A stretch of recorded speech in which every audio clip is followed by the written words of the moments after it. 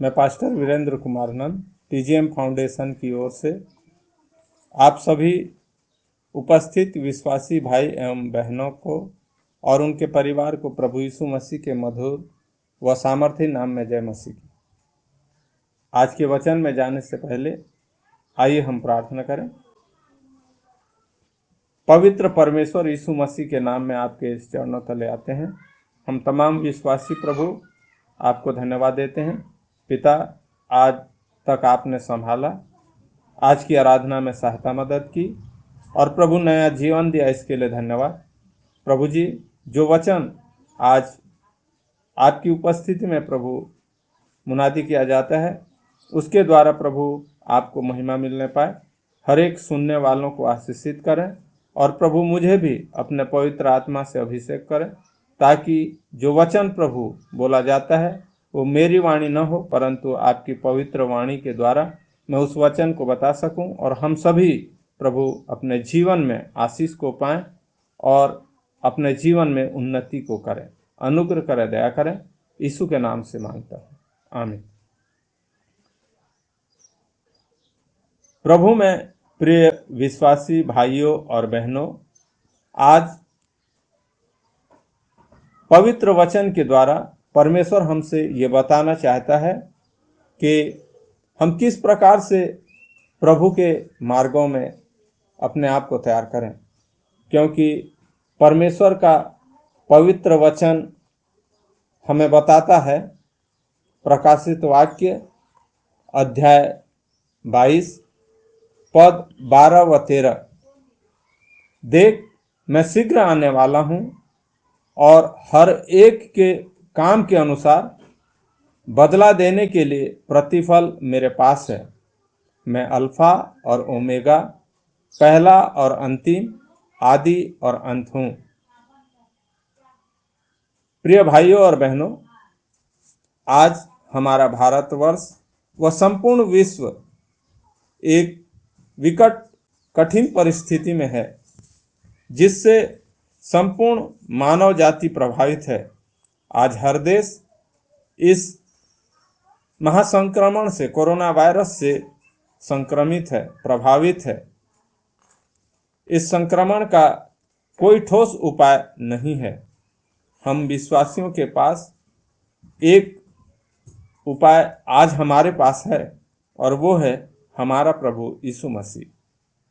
क्योंकि प्रभु यीशु मसीह कहता है, देख मैं शीघ्र आने वाला हूं, हर एक को उसके काम के अनुसार बदला देने के लिए प्रतिफल मेरे पास है। मैं अल्फा और ओमेगा, पहला और अंतिम, आदि और अंत हूं। प्रभु यीशु मसीह का आना बहुत निकट है। हर एक काम का बदला देने के लिए प्रभु यीशु मसीह के पास प्रतिफल है। हमारे परमेश्वर का मकसद यह है हम उसके मकसद को समझ सकें। हमारा परमेश्वर मकसद का परमेश्वर है। परमेश्वर ने अपनी मकसद और प्रतिफल के अनुसार आदम को अदन की वाटिका में रखा।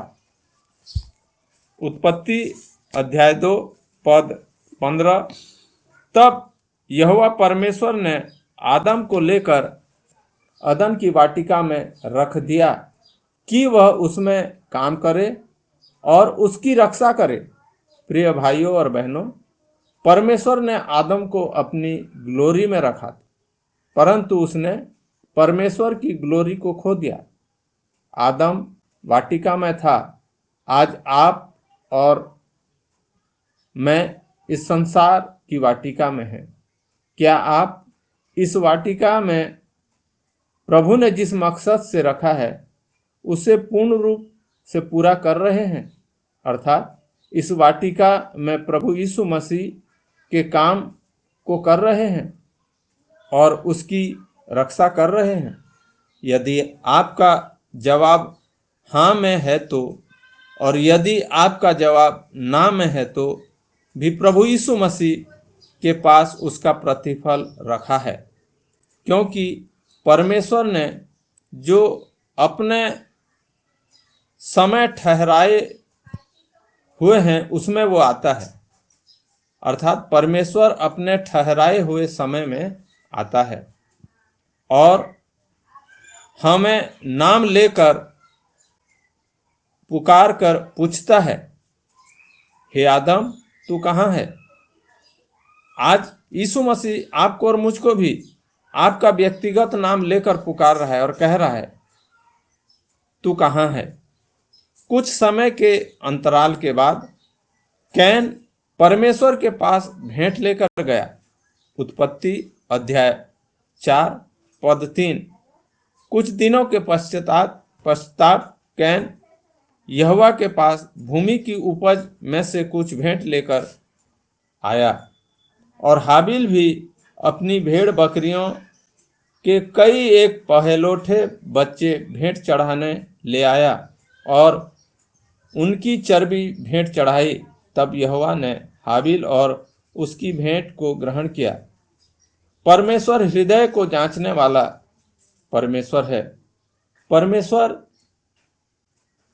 हाबिल के भेंट को ग्रहण करता है और हाबिल को भी ग्रहण करता है, परंतु कैन के भेंट को ग्रहण नहीं करता, क्योंकि वो कुछ एक अपनी इच्छा के अनुसार वो भेंट को लेकर आता है, परंतु हाबिल संपूर्ण मन से और जो श्रेष्ठ थे उसकी दृष्टि में और परमेश्वर की दृष्टि में वो लेकर आता है और वो चढ़ाता है, और परमेश्वर हाबिल को और उसकी भेंट को ग्रहण करता है।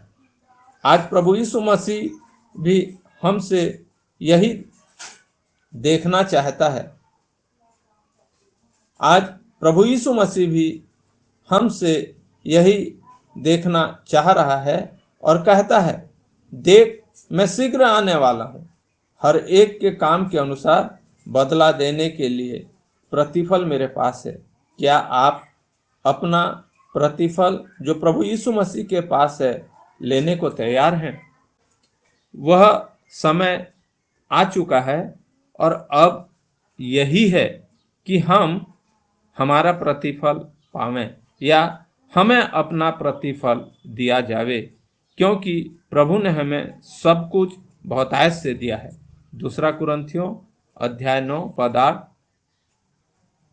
परमेश्वर सब प्रकार का अनुग्रह तुम्हें बहुतायत से दे, जिससे हर बात में और हर समय सब कुछ जो तुम्हें आवश्यक हो तुम्हारे पास रहे, और हर एक भले कार्य के लिए तुम्हारे पास बहुत कुछ हो। परमेश्वर अपने वचन में कहता है, पहला पत्रस अध्याय 5 पद 10, अब परमेश्वर जो सारे अनुग्रह का दाता है, जिसने तुम्हें मसीह में अपनी अनंत महिमा के लिए बुलाया, तुम्हारे थोड़े देर दुख उठाने के बाद आप ही तुम्हें सिद्ध और स्थिर और बलवंत करेगा। विपरीत परिस्थिति हमारे विश्वास को कमजोर ना करे। हो सकता है अपने जीवन और अपने मकसद से हम भटक जाएं, अपने परमेश्वर के मकसद को आप और मैं पूरा करें, और हमें यह पूरा करना भी है। परमेश्वर अपने वचन में कहता है, मरकुस अध्याय 4 पद 21 से 23 तक, उसने उनसे कहा, क्या दिए को इसलिए लाते हैं कि पैमाने या खाट के नीचे रखा जाए? क्या इसलिए नहीं कि दीवट पर रखा जाए? क्योंकि कोई वस्तु छिपी नहीं, परंतु इसलिए है कि प्रकट हो जाए, और न कुछ गुप्त है, पर इसलिए कि प्रकट हो जाए।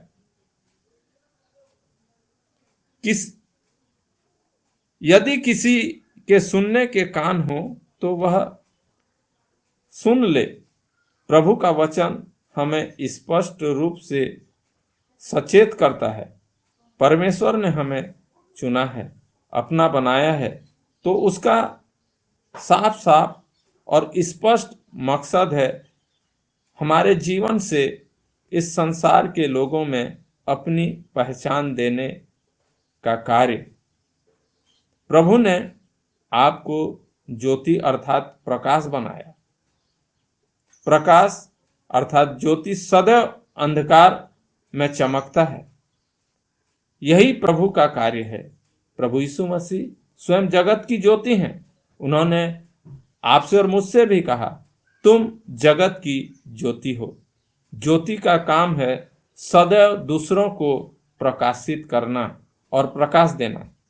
आप जानते हैं कि पतरस 3 बार प्रभु का इनकार करता है, परंतु प्रभु नहीं करते। हम मनुष्य हैं, गलतियां होती रहती हैं। आज आपको सोचना है कि मैं कहां खड़ा हूं। दाऊद कहता है, पहला इतिहास अध्याय 29 पद 1, फिर राजा दाऊद ने सारी सभा से कहा, मेरा पुत्र सुलेमान सुकुमार लड़का है और केवल उसी को परमेश्वर ने चुना है। काम तो भारी है, क्योंकि यह भवन मनुष्य के लिए नहीं, यहोवा परमेश्वर के लिए बनेगा। प्रियो, क्या यीशु मसीह आपके लिए ऐसा कर सकता है? क्या यीशु मसीह ऐसा आपके लिए कह सकता है? दाऊद ने कहा, सुलेमान पूरा किया। यीशु मसीह कहता है, क्या आप पूरा कर सकते हैं? परमेश्वर का मकसद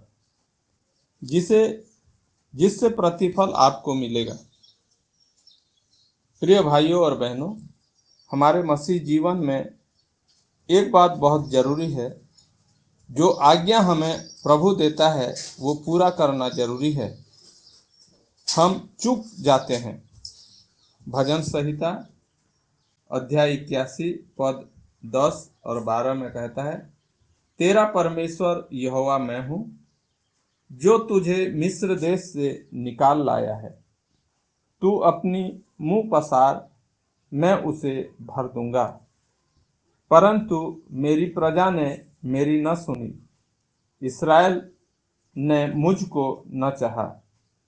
इसलिए मैंने उसको उसके मन के हठ पर छोड़ दिया कि वह अपनी ही युक्तियों के अनुसार चले। यिर्मयाह अध्याय 7 पद 21 से 23। यहाँ भी परमेश्वर इस प्रकार से कहता है। साथ ही साथ व्यवस्था विवरण अध्याय 3 पद 23 से लेकर 26 पद तक हमें परमेश्वर के बातों को समझना है। लूका अध्याय 22 पद 31। प्रभु यीशु मसीह व्यक्तिगत रूप से आज हर एक विश्वासी को नाम लेकर कह रहा है, समौन, हे समौन, देख शैतान ने तुम लोगों को मांग लिया है कि गेहूं के समान फटके। मेरे प्रियो, इसके बाद भी पतरस 3 बार प्रभु का इनकार करता है। उद्धार होना, बपतिस्मा लेना, पवित्र आत्मा पाना और सेवकाई करना अलग बात है, परंतु आज्ञाकारिता अलग बात है और अनिवार्य है। भजन संहिता 11:7, क्योंकि यहोवा धर्मी है, वह धर्म ही के कामों से प्रसन्न रहता है। धर्मी जन उसका दर्शन पाएगा। परमेश्वर ने अपना सर्वोत्तम दिया हमें धर्मी बनाने के लिए। हमें उसके आज्ञाकारिता में धार्मिकता के साथ हमें जीना है। परमेश्वर संतुलित परमेश्वर है। जो अंदर है वो बाहर दिखाई देता है, जो अंदर नहीं है वो बाहर दिखाई नहीं देता। उस महान परमेश्वर ने हमें धर्मी कैसे बनाया? 2 कुरिन्थियों अध्याय 5 पद 21, जो पाप से अज्ञात था उसी को उसने हमारे लिए पाप ठहराया कि हम यीशु मसीह में होकर परमेश्वर की धार्मिकता बन जाएं। प्रभु यीशु मसीह हमारा मापदंड है, हमारा मूल है। वह थोड़ी थोड़ी और छोटी छोटी बातों में अपने पिता का विश्वास योग्य था। क्या आज हमारे इस कलीसिया में से कोई एक व्यक्ति परमेश्वर का विश्वास योग्य है, जिसे परमेश्वर ढूंढ रहा है कि वो उसके मन के मुताबिक उसके मकसद को पूरा करे और अपना प्रतिफल अर्थात परमेश्वर जो आपको और मुझको देने वाला है, अपना प्रतिफल जो परमेश्वर ने रखा है उसे प्राप्त करे।